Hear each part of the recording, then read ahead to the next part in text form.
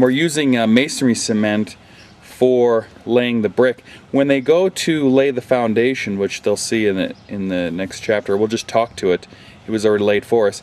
They pour it with Portland type 1-2 cement. Is that right? Yes, and they want to use concrete. That'll give it a stronger foundation for the brick to sit on. And a couple of rebars laid into the slab to hold it together. They could put a couple rebars in, and but in terms of supplies and tools, this is what you're going to need to get the job done. And like we said, the only other thing is the Portland cement, and you can just mix that with masonry sand, or you can get that quick reet or some of those quicker brands just to lay the foundation. So that certainly works there. Okay, then we'll go on to the next chapter.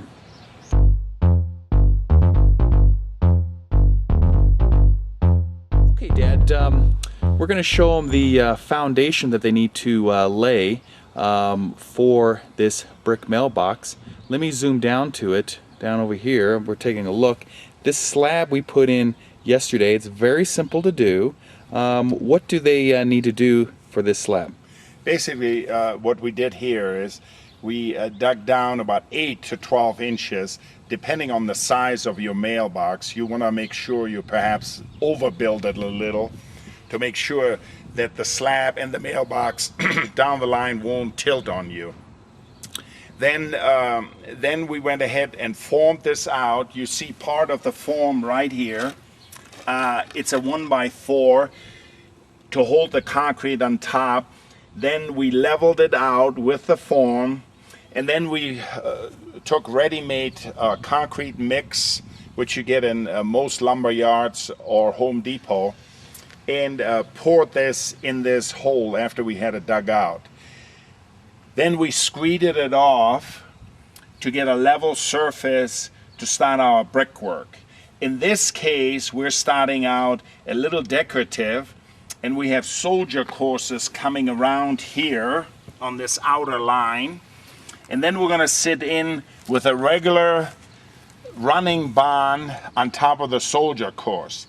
Here we are matching existing piers that have this decorative soldier course on the bottom. You do not have to do that. You can start out right away with a running bond straight away. Now when you say running bond, why don't you show them just quick dry lay, because they're going to want to do it real simple, like they won't be doing these soldier courses. We have to do it. So when you say running bond, that's as simple as it is. What you did is you made it square to the sidewalk here.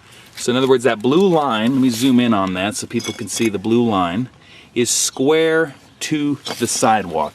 So in other words, it's going to look straight to the sidewalk. When they do the running bond, like we see there, it's going to be laid just like you laid it there. All they have to do is just match it up to the blue line, and we're going to show them in the next chapter. Is that correct? That is right. And here, to what you want to remember is we're going 24 by 24. You may not want to go that wide, but we have a rather large mailbox in here. So that dictated to us to go 24 by 24. So as long as, in terms of the brick, if they just go 4 inches, so if they go 20 inches by 20 inches, in other words, that's right, 20 inches long, 20 inches wide, they don't have any, or they won't have any cuts. They won't have to do half cuts. Is that correct? You want to stay away from having to cut it. So you want to go kind of in 4-inch increments. 20 by 20 will work out, 24 by 24, or any size above or below that fits your mailbox. Fits the mailbox. We're going to do 24 by 24. Now the slab itself, in other words, since we're going to do 24 by 24, we're going to make a slab that's 28 inches wide by 28 inches. That way there is 2 inches on each side. Is that correct? Yes, to help stabilize the box later on. Kind of figure to go 2 inches beyond the size of the mailbox. So in other words, if the brick is here, generally we're going to want about 2 inches of a foundation on each side. So the brick is here, and we roughly have about 2 inches on this side, and that gives it a good foundation. And Is that correct? stabilizes the mailbox. The pad is level, so it makes it easier for us to lay the bricks. And then you usually do that a day ahead of time, right? So that the pad gets 24 hours to dry up. That's right. Okay. All right, we'll come back when we show them how to lay it. It'll be a little bit difficult, but if they just do simple steps, it won't be that difficult at all. Is that right? No, just as long as they don't get in a hurry, by doing it slow and easy, they should be able to come up with a fairly decent product.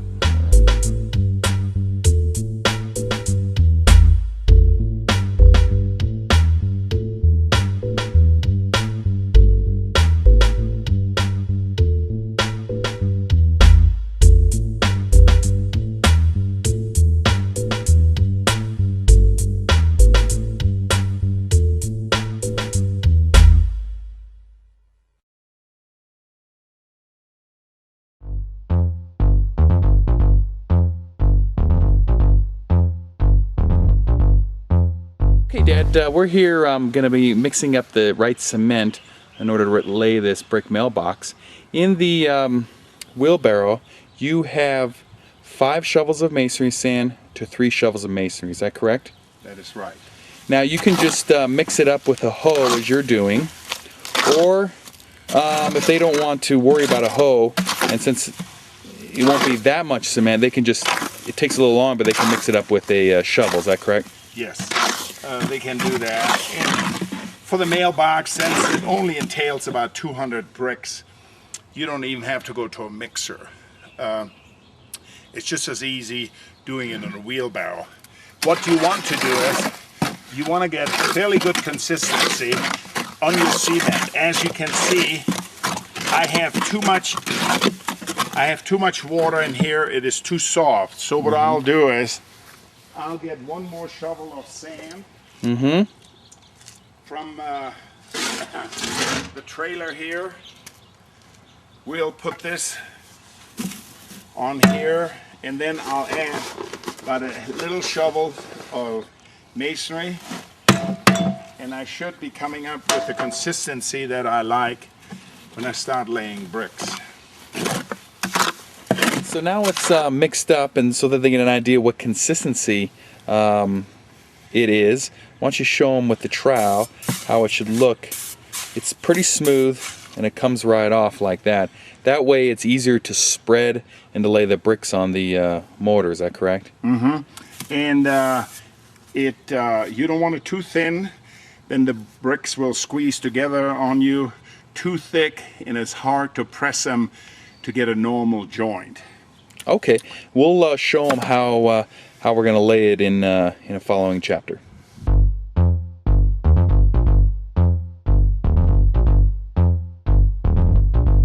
Dad, now this is a special case of a brick mailbox. The client wanted what's called a soldier course, where the bricks are standing up. Only advanced bricklayers do this. We wouldn't advise someone at home trying to stand the bricks up as they see along there. But what we just want to stress is that you're laying these brick here on top as if it were on concrete.